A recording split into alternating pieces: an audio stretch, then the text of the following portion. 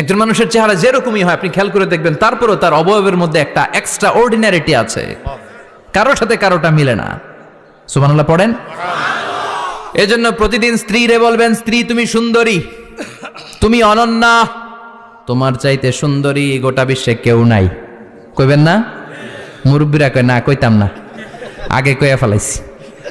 এগুলো বলবেন, এগুলো বললে স্বামী স্ত্রীর মধ্যে ভালোবাসা বাড়াই দিবে কে? আল্লাহ। আমি প্রায় এগুলো বলি, উৎসাহিত করি যে স্বামী স্ত্রীর মধ্যে যে ভালোবাসাটা, এটা পবিত্র, এটা জান্নাতি।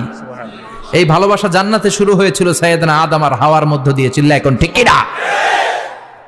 স্বামী স্ত্রী দুইজনে একের হাতের সাথে আরেকজনের হাত মিলালে হাতের সগীরা গুনাহ মাফ করে কে? আল্লাহ।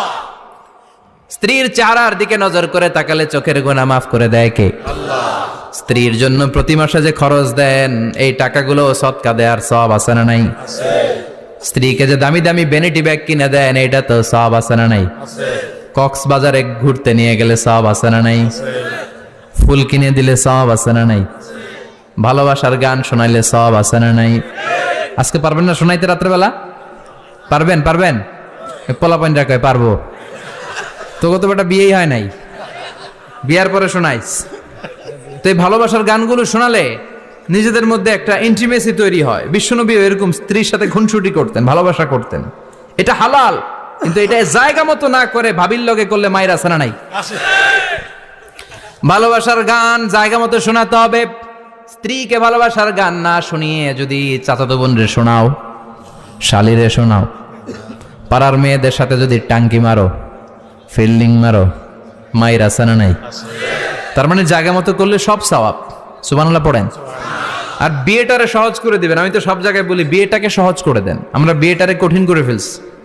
একটা ছেলে এই দেশে 16 থেকে 18 বছর বয়সে ম্যাচিউরড হয়, কিন্তু ওরে বিয়ের পিড়িতে বসায় 32 বছর বয়স।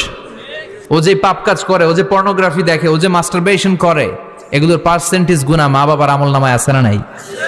মা বাবার এত সহজে পার পেয়ে যাবেন না। ছেলে মেয়েগুলারে সময় হলে বিয়ে দিয়ে দেন।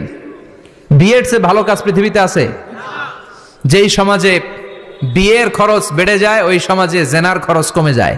বিয়ে করতে লাগে 10 লাখ, জেনা করতে লাগে 500 টাকা। কথা কন। এজন্য জেনাকে সহজ করবেন না, বিয়েকে সহজ করবেন? বিয়ের কথা কইলেই পোলারা কয় তুই নিজের পায়ে দাঁড়া। তো এতদিন ও কার পায়ে দাঁড়াইছে? সহজ করবেন তো। এরপর আল্লাহ বললেন, আমি মানুষকে শুধু আশরাফুল মাখলুকাতি বানাই নাই, আমার খলিফাই বানাই নাই। মানুষের চেহারাটা শুধু আমি সুন্দর করে দেই নাই, গোটা বিশ্বের মধ্যে মানুষকে আমি সবচাইতে শক্তিশালী করেছি।